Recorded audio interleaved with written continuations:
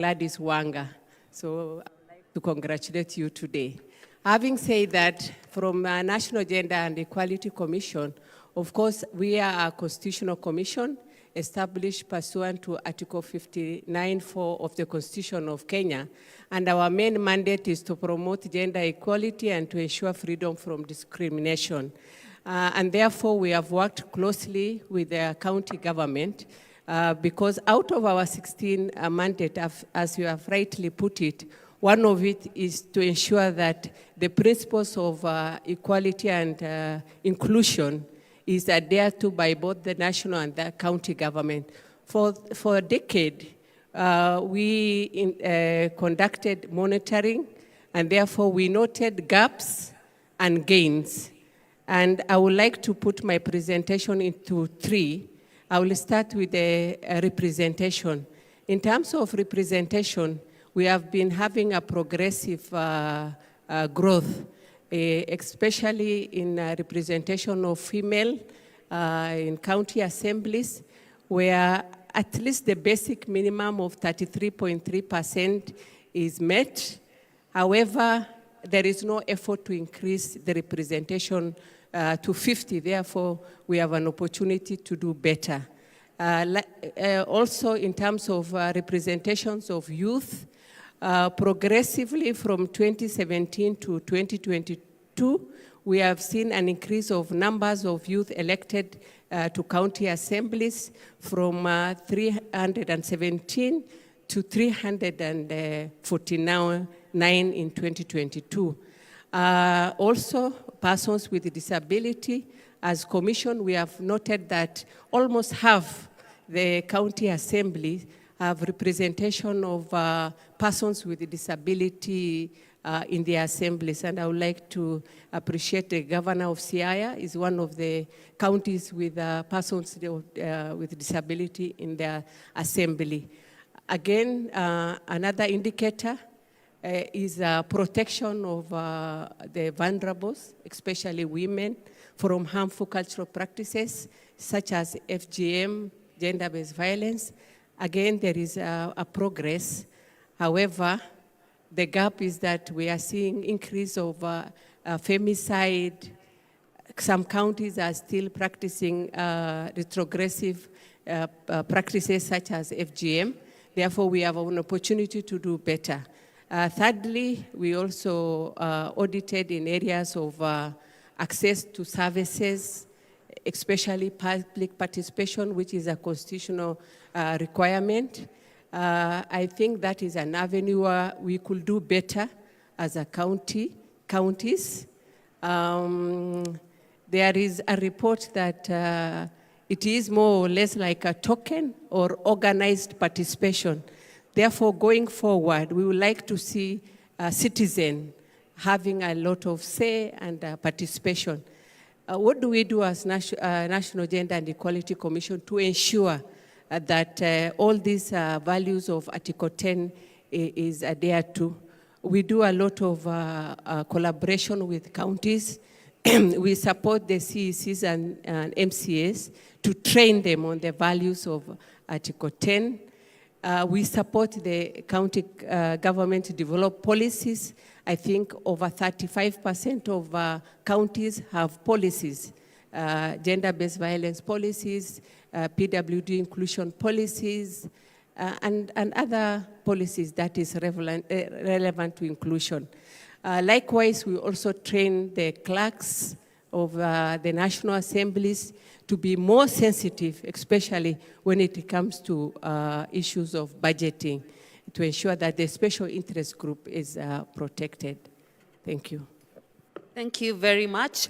What we are hearing is it's happening, but it could do better. One of the areas of inclusion you have highlighted is gender. But one of the most excluded is actually young women. Now, I have with me Ms. Bolo, who is the chairperson of Young Women Leaders Connect. What does it look like for young people? And what would you speak to the leaders on this panel on how best to include young people, especially young women? Thank you so much for that. I think I'd like to start from the point on transparency and accountability that I think Senator Mbongatana spoke to. And it amazes me that every time there is a governor who has just come in, when you're in their meeting, the first thing you'll hear them say is, you know, when we came in, we didn't find structures. We are still putting up structures. And so very recently, after the 2022 election, our pain point was we cannot even ask for certain accountability because the response is then going to be, we have just finished putting up structures, so now is when we want to start working, 1, 2, 3 years down the line.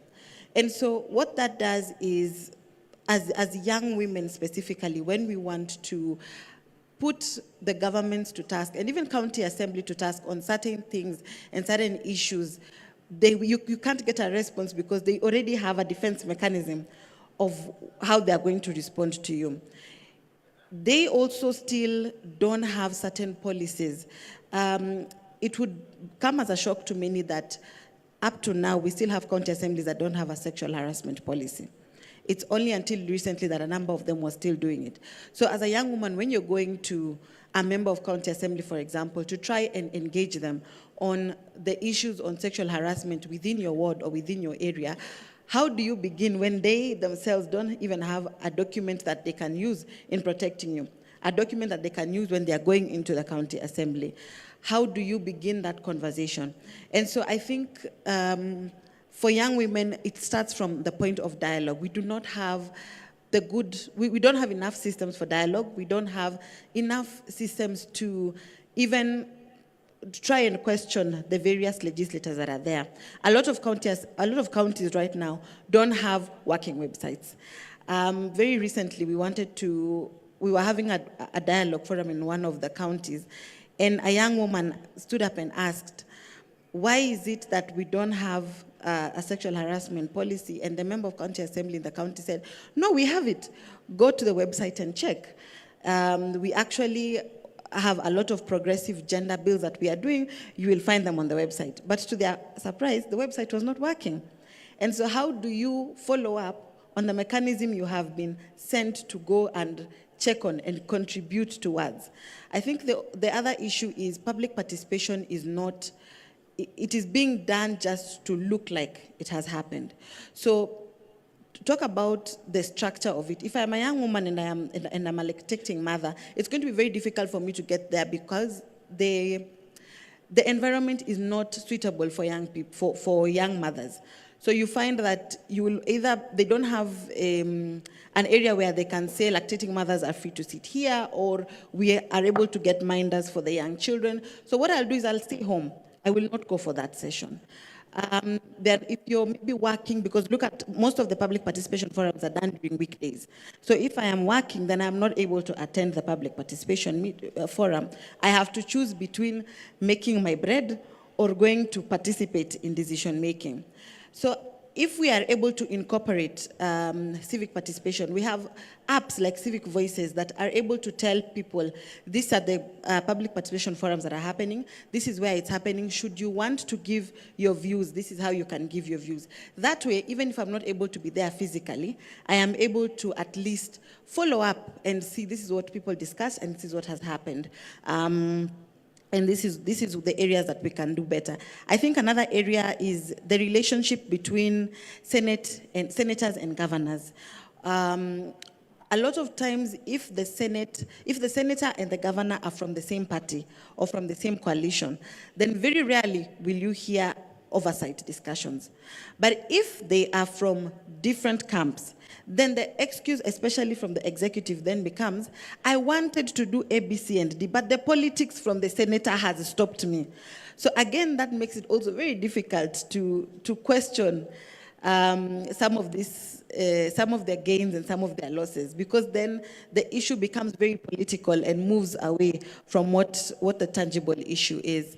I think lastly is also to talk about the voices of young women. So when you go to, there are certain forums that we know are designated for the wazes, let me say, the traditional elders. We know women have the chamas, the jumuiya. But as a young woman, when you want to go to the chama, most of the time the women will tell you, you have your own duties as young women. Go and get your own caucuses as young women. And when you go to the areas where the youth are supposed to be socializing, then the men will not expect, the young men will not expect you to be there because that is their space. They want to dominate. So you find that young women fall through the cracks because then they don't exactly have a particular area where they can belong, where they can, voice out what some of their issues are. Thank you very much. I think hearing that, you've talked about policy, but you've also talked about many false starts, especially in inclusion of younger person. I want to turn to you, Council Okello. You have had very good practice in terms of reform, especially at the judiciary level. Are there lessons you can share very, very quickly in a minute or so that you could share that counties can borrow in terms of how to meaningfully achieve these rights for citizens? Very quickly, sir. Thank you very much. You'll just give me a minute before I talk about the law and the judiciary, to talk about economics. In a minute, because we are talking about socio-economic rights, which is a very developmental term. My view, am I audible? Yes.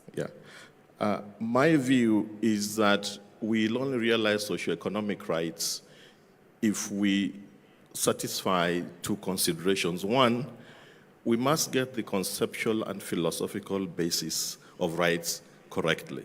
These are not gifts. They are at the center of human dignity. And that requires a major mental shift to embrace the very citizen-centric constitution that we have and not a state-centric constitution that we had before. So there needs to be a mental shift among duty bearers on the question of right within the context of Kenya in 2025. Then the second consideration is we must get the empirical and the strategic and the financial right. That's a second precondition. And what do I mean? Socioeconomic rights plays out on the fourth schedule, which is what Khalid was talking about. Devolved units are a major agent of realizing socioeconomic rights. And a lot of jurisprudence around the Bill of Rights has also emerged through contestations around devolution. Now, if we do not complete the transfer of functions to devolved governments, that process is incomplete, it's inchoate. And the best illustration is in health and agriculture. And I'll just give you two figures and one anecdote. So if we do not complete that transfer, and we also do not sufficiently support county government financially, then we are likely to face constant trouble with respect to socioeconomic rights. But also, if we do not have corresponding accountability that is robust, then it doesn't matter how much money you give to counties. The reason why I'm saying this is if you look at health, or if you look at overall allocation of sharing revenue, it has been declining. The national budget is increasing, the equitable share of revenue is declining. It was at 17.3% in 2022, it was at 15% in 23, 14% in 24, and 14.3% in 25. So the decline of the equitable share of revenue runs opposite to the increase in the total budget from 2.1 trillion in 2022 to 2.8 trillion. That's number one. Number two, and this is where the bigger story is. So first of all, we are below the constitutional threshold. But number two, if you look at the allocation to health and agriculture, which are effectively devolved functions, if you look at the fourth schedule, and those are the socioeconomic rights arena, that is where the real story is, and we should be worried about it. If you look at that data, since 2013, I did the math here. Since 2013, the total amount of money that has gone to agriculture is 851 billion. Counties have received 194 billion. National government, 657. So counties, agriculture has devolved, but they have received 23% of agriculture allocation. Health is 50-50, yet health is also largely devolved.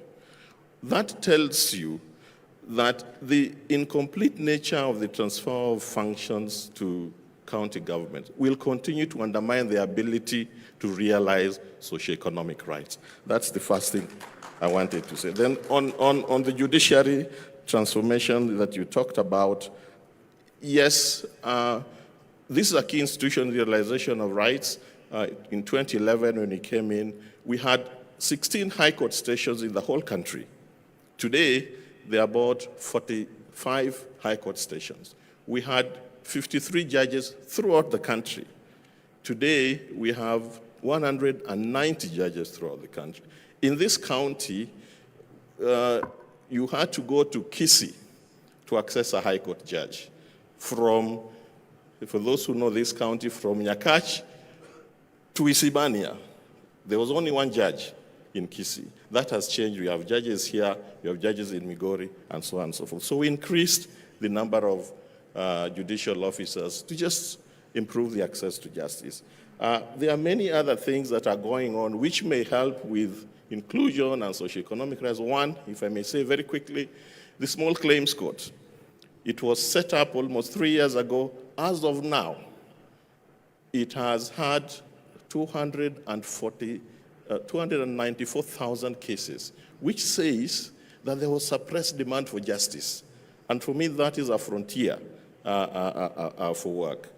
Number two, we have the alternative justice system mechanisms that the judiciary is rolling out, which is a very good alternative framework for resolving disputes quickly and in a cheaper manner. So very quickly, those are just two things that are happening in the judiciary that I think are key in helping realize socioeconomic rights at a very basic community level. Thank you. Thank you very much.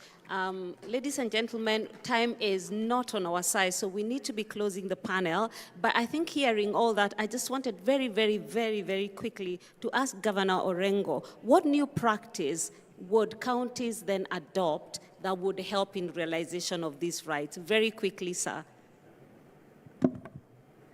I think, first of all, let me make a general comment about some of the things that have come up because they have been directed to counties. There should be no apology about accountability. That is a requirement of the Constitution. And Mr. Khalid, my friend, whenever you are oversighting counties, either as a government institution or a civil organization, that is provided in the Constitution. And you should not whine about it. And I want to remind Governor Mungatana that you have the tools. If I'm summoned by the Senate and I do not appear in the Senate has tools to punish any infractions to legitimate processes that are being conducted by the Senate, either as an oversight body or as a legislative body. But overall, I want to say devolution is the way forward. Whether you live in the West, the East, or South, or North, you would find that the most productive, successful countries are those who are devolved. Whether they are big or small, they could be as small as Switzerland, or as big as China, or as big as the United States of America. And what Mr. Okello has said, I think it's where the problem that we have in this country, that whereas we glorify devolution, but what we do really means that we are still not committed to it. If you take a country like the United States of America, if you take those states separately, California, New York, Illinois, they are an integral part of a bigger economy, but even on their own, They contribute greatly to the national economy and even to the world economy. So we should not have any doubts that the future is really with devolution. And in Kenya, the problem is that this national government is still not quite in tandem with the promises of this constitution that in order to bring power to the people, in order to take resources to the people, if you look at Chapter 11, you look at Article 174, it is the mechanism that the Constitution has established for taking power to the people and to take the resources to the people. And the tragedy is today, particularly on social and economic rights, as Mrs. Kello has pointed out, the resources that should be going to the counties are mostly still with the national government. Thank you very much. Thank you very much. Ladies and gentlemen, please help me clap for the panelists who've done a very good job in the very tight time. What I've heard them say is accountability is non-negotiable. It is good practice, it's good manners. We must be accountable. We've also agreed that the Constitution is the foundation and we must mature it, we must respect it. They've said oversight is important and the oversight organs and tools need to be applied. But we've also said for this to happen and sustainability of development, we must be innovative and inclusive. Ladies and gentlemen, my sincere apologies. This would have been the best conversation if it lasted 5 hours because we needed to ask more questions, but we all overslept because this is Homa Bay, the home of fish. We had a little too much to eat and didn't make it too early. So thank you very much, ladies and gentlemen. You can still ask the panelists when they come back the questions you may be holding. Thank you. All right, so let's appreciate them once more. That is a great thought-provoking conversation there by Ms. Jackie Mbogo. She is the moderator as well as Chief of Party UK Aid Reinvent Program. We've also had His Excellency Governor James Orengo, Governor Siaya County, Honorable Millie Grace Odhiambo, Member of Parliament for Suba North Constituency, Senator Honorable Danson Mungatana, Senator for Tana River County, Honorable Rehema Jaldesa, Chairperson, National Gender and Equality Commission, Mr. Hussein Hali, the CEO of Vocal Africa, as well as Counsel Duncan Okolo, Associate Director of the Kenya Judiciary Academy, and Ms. Ruth Bolo Okul, the Chairperson of the Young Women Leaders Connect. And as we always do, let's have them take a group photo for this second plenum. In the interest of time, we now move on to our side events happening in the designated breakout areas. Please check your program to see which sessions you'd like to attend. Here in the main hall, we have a session by the Digital Health Authority on the role of digitization in healthcare in promoting social equity, justice, and inclusion. If you want to be in that side event, do stay in the main hall. But a very important, something important to note that we will convene right here in the main hall at exactly 12:30 p.m. for a high-level session with our guest speaker, retired Honorable former Prime Minister Raila Odinga. It is a high-level session you do not want to miss, so please be back here and seated by 12:30 p.m. Good afternoon.